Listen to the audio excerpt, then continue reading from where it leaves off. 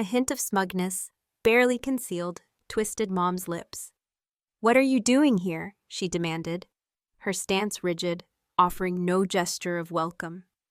I lowered my gaze and, my voice trembling slightly as I'd practiced, I said, "I've been going through a rough patch, Mom. I lost my apartment, and I don't have anywhere to go right now. I was hoping I could stay here for a little while, just until I can find a job and get back on my feet."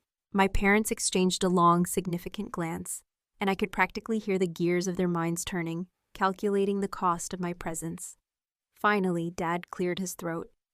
"Well," he said, his voice hesitant but firm, "I suppose we could let you stay, but you'll have to pay rent, $800 a month.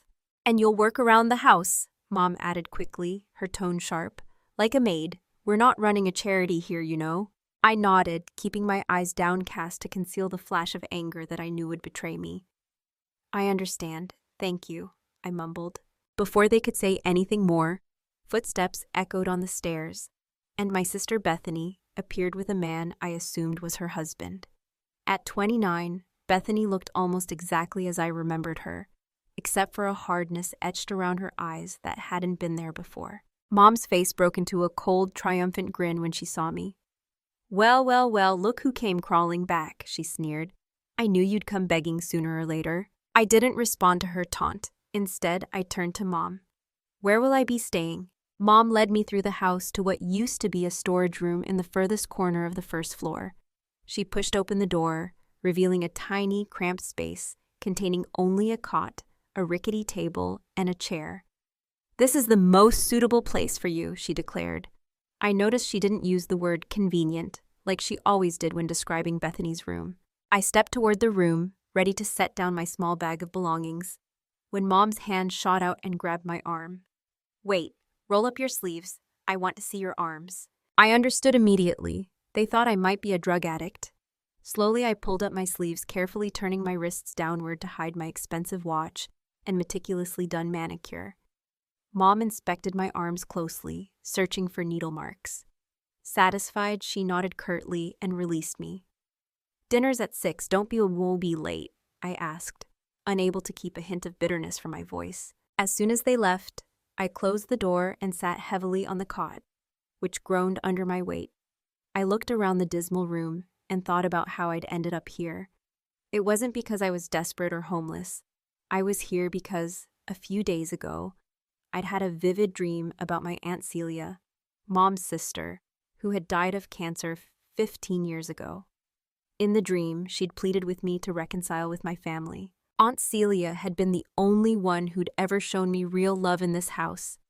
When she was dying, she'd made Mom promise to use part of her inheritance for both Bethany's and my education. But when college time came, my parents claimed the money had run out, and they only had enough for Bethany's education. They chose her, just like they always had. Bethany was the golden child, the one who got new clothes while I got hand-me-downs, the one whose achievements were celebrated while mine were ignored, the one who was always believed over me in any dispute. When I protested about the college money, pointing out that they'd promised Aunt Celia, they called me ungrateful and kicked me out. I'd been 18, scared, and alone. I crashed with friends, worked multiple jobs, and eventually moved to another state. I saved enough to enroll in a public college, taking out student loans for the rest. I worked harder than I'd ever thought possible, studying at night while holding down jobs during the day. Now, 10 years later, I was the executive director of a major construction company, here to open a new branch. I had my own apartment, an expensive car, and a vacation home. I had made it despite them, not because of them. But that dream about Aunt Celia had shaken me. What if my parents had changed? What if reconciliation was possible? So I'd hatched this plan to see if they'd changed at all, to give them one more chance. Looking around the storage room they'd put me in, and listening to Bethany's laughter floating down the hallway, I was starting to think I had my answer. But I'd give them a week. 1 week to show me if there was anything worth salvaging here. The first week at my parents' house was exactly the punishment they intended it to be. Mom woke me at 5:30 every morning by pounding on my door. "Get up! Breakfast needs to be ready by 6:30, she'd bark through the thin wood. I dragged myself out of the uncomfortable cot that left my back aching and shuffled to the kitchen to prepare breakfast for everyone. Dad wanted his eggs just right, not too runny, not too firm. Bethany wouldn't eat anything with visible fat. Mom complained if her toast was even slightly darker than golden brown. I cooked in silence while they wandered in and out, not once offering to help. After they'd eaten, I'd clear the table and wash the dishes while they got ready for their days. Bethany worked at some local boutique, Dad at his accounting firm, and Mom volunteered at the church when she wasn't micromanaging everyone at home. "Don't forget to clean the bathrooms today," Mom said on my second morning, dropping a bucket of cleaning supplies at my feet before heading out. "And the windows need washing." I nodded meekly, playing my part. As soon as they left, I took one of my business outfits I'd hidden in my bag, stuffing it into a backpack along with my laptop. I told them I was going job hunting, but really I was heading to prepare for opening my company's new branch office. The temporary office space I'd rented was just a 10-minute drive from my parents' house. I parked my expensive car at a secure garage across town and took the bus each day to maintain my cover. When I arrived at the office in my scuffed secondhand clothes, my regional manager, Tom, raised his eyebrows but said nothing. "Maybe she's one of those eccentric rich people," I overheard one employee whisper to another. "You know, like Mark Zuckerberg, wearing the same t-shirt every day." I smiled to myself. If only they knew the real reason. My days were productive despite the charade. We secured permits, interviewed local contractors, and began the marketing strategy for the branch opening. I made sure to schedule all my important meetings during the day and left the paperwork for evenings in my dismal room. Every evening when I returned home, my family was already eating dinner. They never waited for me. On the counter would be a plate of leftovers. Usually the parts nobody wanted: gristly meat, overcooked vegetables, the burnt bottom of a casserole. "There's your dinner," my mother would say without looking up. "We already ate. You were late." I'd thank them politely, take the plate to my room, and immediately dump it in a garbage bag I kept hidden under the cot. I was never actually hungry, having enjoyed lunch and an early dinner at nice restaurants before returning each night. On the third night, Bethany followed me to my room. "So what happened to you?" she asked, leaning against the door frame with her arms crossed. "Drugs, gambling, or are you just too stupid to keep a job?" I set my plate down and looked at her. "Nothing like that, just had some bad luck." She snorted. "Yeah, right. I always knew you'd end up like this. Mom and Dad were smart not to waste money on your college. Look how I turned out," she gestured to herself. "Married, nice husband, good job. And you?" She waved dismissively at my surroundings. "Just a failure like we all predicted." I bit my tongue to keep from revealing the truth. How I made more in a month than she probably made in a year. How my apartment had 3 bedrooms and a view of the city. How I'd paid off my student loans years ago and now had a healthy investment portfolio. Instead, I just shrugged. As the week progressed, the jabs became more frequent and cruel. Dad accidentally knocked over my few belongings multiple times. Mom constantly reminded me how much I was costing them by being there, despite my cooking and cleaning for free. Bethany made it a point to mention her successful life whenever I was within earshot. On Thursday night, I sat alone in my room after another exhausting day of pretending. I took out my phone, a cheap prepaid one I'd bought for the charade, not my actual smartphone, and scrolled through photos I'd transferred of my real life. My beautiful apartment, my office with the view, the charity gala I'd attended last month in a designer gown. I thought about Aunt Celia and her final wish for family reconciliation. She'd been my only ally in this house. When I was 15 and she was dying, she'd made Mom promise in front of everyone to use part of her inheritance for both Bethany's and my education. Mom had agreed tearfully, holding her sister's hand.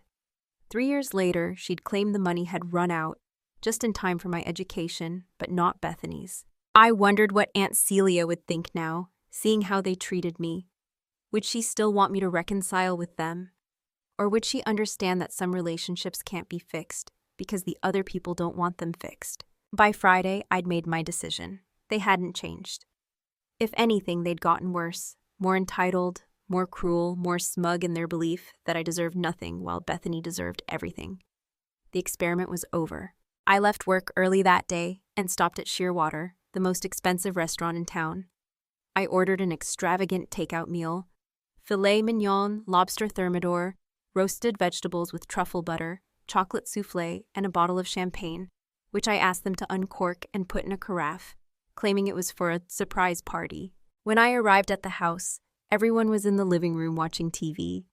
I walked past them to the dining room and began setting the table with the food I'd brought. The smell drew them in quickly. "What's all this?" Dad asked, eyeing the food suspiciously. "Dinner," I said simply. "I thought we could all eat together tonight."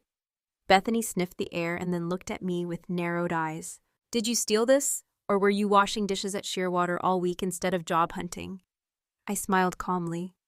"Let's sit down. I have something to tell you all." As they took their places at the table, eyeing the gourmet food hungrily, I knew the time for pretense was over. 1 week had been more than enough to confirm what I already knew. They hadn't changed, and they never would. The dining room fell silent as everyone filled their plates with the gourmet food I brought. My father poured himself a generous serving of the champagne, not bothering to offer any to me. Mom and Bethany exchanged glances as they sampled the lobster thermidor, their eyes widening at the taste. I took a small sip of water. "I have something to tell you all. After dinner, I'm leaving." Mom's fork paused halfway to her mouth. "Leaving? Where would you go? Did you find some guy with a place to live?" Her lips curled into a mocking smile. "Or maybe you're heading to a homeless shelter." "Actually," I said calmly, setting down my napkin, "I'm going to the Grand Imperial Hotel." There was a moment of stunned silence before Bethany burst out laughing.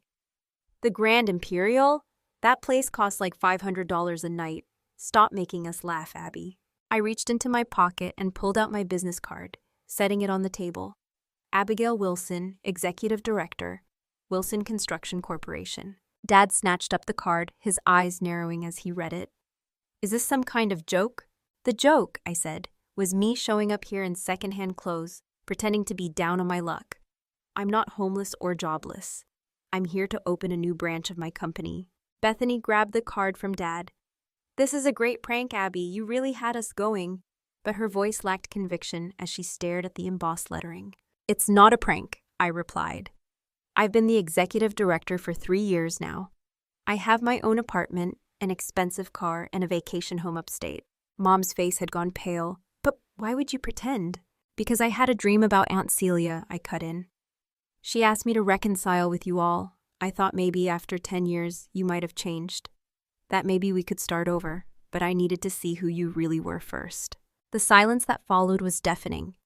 My father's face had turned an alarming shade of red, while my mother's mouth opened and closed like a fish out of water. "You were testing us?" Bethany finally sputtered, her voice rising. "Who do you think you are?" "I'm someone who left home at 18 with nothing," I said evenly. "Someone who worked multiple jobs while taking out student loans to put myself through your college. Someone who climbed from entry level to executive director through hard work and determination. And apparently, I'm someone who was foolish enough to think you might have become better people after all these years." I stood up from the table. "But you haven't changed. You're still the same people who always favored Bethany over me, who broke your promise to Aunt Celia about my education, who kicked me out when I dared to point out the unfairness. If anything, you've gotten worse." "Now wait just a minute," Dad started, but I held up my hand. "No, I'm done waiting. I've given you a week of my time, cooking your meals, cleaning your house, listening to your insults. That's more than enough." I walked to my small room and retrieved my hidden bag with my real clothes and belongings. When I returned to the dining room, they were all standing, looking shocked and confused.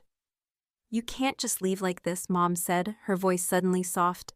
"We're your family." "You haven't been my family since the day you told me you had money for Bethany's education but not mine," I replied. "When you chose her over me like you always did." I headed for the front door, but Mom grabbed my arm. "Abby, please, we can work this out. We're sorry." "No, you're not," I said gently, removing her hand. "You're sorry you didn't know I was successful. You're sorry you missed your chance to benefit from my success. But you're not sorry for how you treated me. Not then, and not this past week." I opened the door and turned back one last time. "Goodbye. Don't try to contact me." The cool evening air felt cleansing as I walked away from the house. Hearing the door slam behind me, I got into the Uber I'd called and directed the driver to the Grand Imperial Hotel. As I checked in, my phone began buzzing with notifications. They were calling the number on my business card. Just as I'd expected, I silenced the phone and took the elevator to my suite. Once inside, I kicked off the scuffed secondhand shoes and took a long, hot shower, washing away the last traces of my week in that house. Wrapped in the hotel's plush robe, I finally checked my messages. There were 6 voicemails and 12 text messages from my parents and Bethany. I listened to the first voicemail. "Abby, it's Mom. Please call us back. We're sorry for how things went. We've always loved you. Please give us another chance." The next was from Dad. "Abigail, this is your father. What happened tonight was a misunderstanding. We had no idea about your success. We're proud of you, really. Call us back."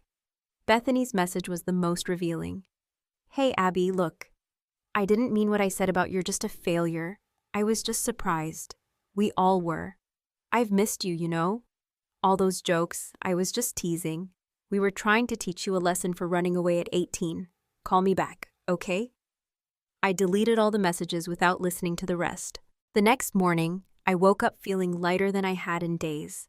I ordered room service, enjoyed a leisurely breakfast, and then changed into my regular clothes. A tailored suit and heels that cost more than what my parents claimed I owed them for a month's rent. At the office, I was greeted with respect by my team. No one questioned my authority or belittled my achievements. No one treated me like I was worth less than anyone else. "The contractors will be ready to break ground next month," Tom reported during our morning meeting. "We're on schedule and under budget." I nodded, making notes. "Excellent. I'll be staying in town for the next few weeks to oversee the initial setup." As the meeting concluded, I felt a sense of satisfaction. This branch would be successful, like all the others I'd helped establish. My work here was important and valued. Back in my hotel room that evening, I thought about Aunt Celia and her wish for family reconciliation. I hoped she would understand that I had tried. I had given them a chance to show they had changed, but they had failed that test spectacularly.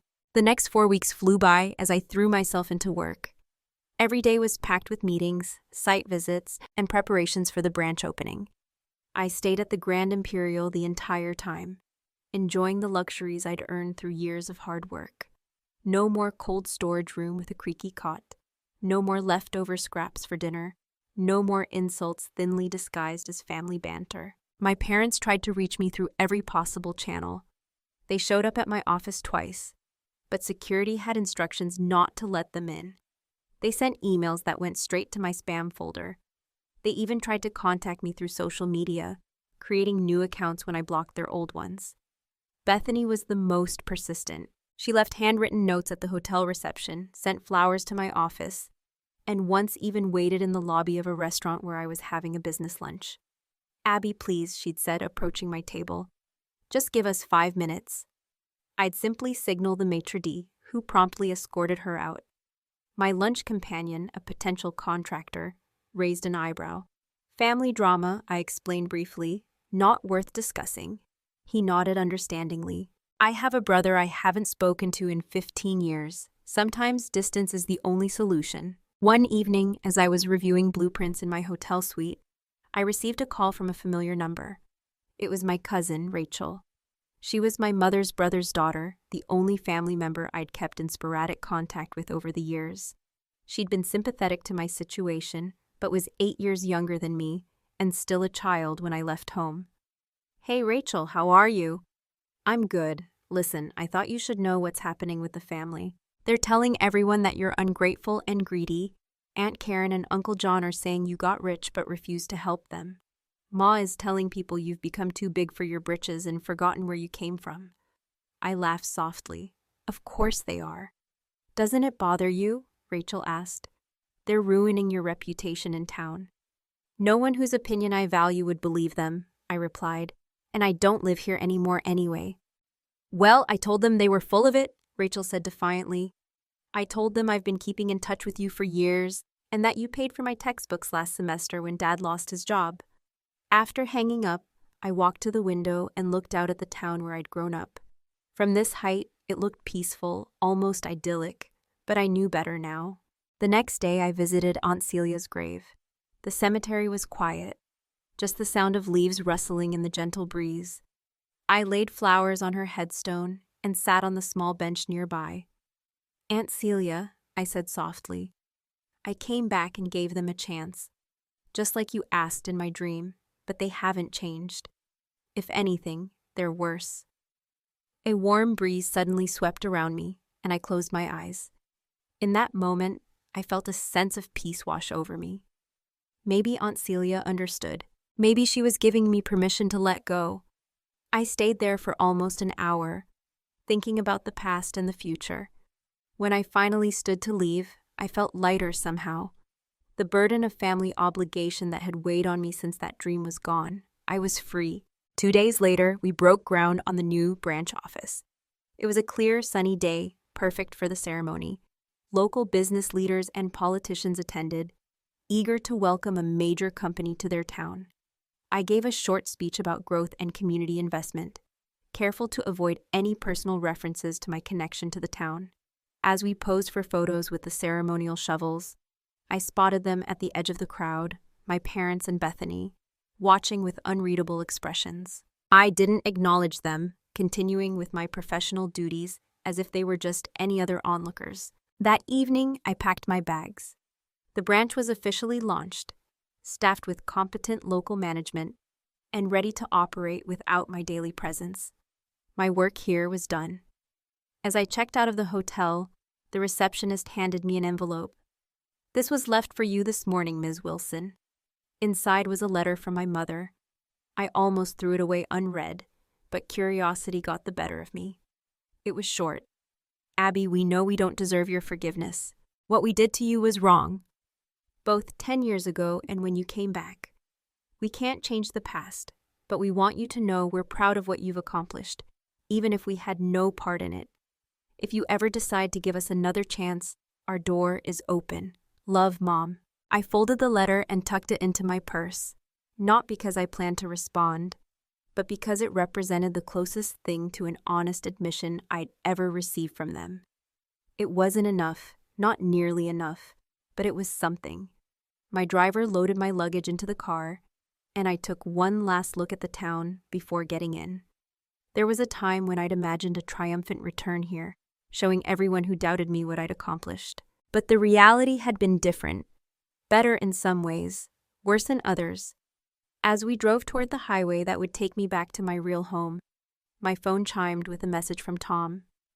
"Branch operations running smoothly. The team sends their thanks for your leadership." I smiled. This was my legacy in this town. Not the broken family relationships, but a thriving business that would provide jobs and opportunities for years to come. That was something to be proud of. 3 hours later, I walked into my spacious apartment, kicking off my heels and letting out a contented sigh. The familiar surroundings welcomed me back. This was home, the place I'd built for myself, not the place that had rejected me. I poured myself a glass of wine and settled on my balcony, watching the city lights twinkle below. My phone buzzed with a text from Rachel. "Did you make it home okay?" "Just got in," I replied. "Thanks for checking. Love you, cuz." She responded, "Love you too, boss." I typed it and meant it. I set my phone down and gazed at the night sky. 10 years ago, I'd left town with nothing but determination and hurt. Now, I was returning to my life with something else: closure. I had tried to reconcile with my family and discovered that sometimes the best family is the one you create for yourself. Valuable lesson. This story highlights the importance of self-worth and the courage to prioritize your well-being, even when it means letting go of toxic family relationships. Sometimes the desire for reconciliation clashes with the reality of unchanged behavior, and true strength lies in recognizing when to create your own fulfilling life, independent of those who consistently diminish you. What are your thoughts on Abigail's decision? Have you ever faced a similar situation? Share your experiences in the comments below. And if you enjoyed this story, please subscribe to our channel for more compelling narratives.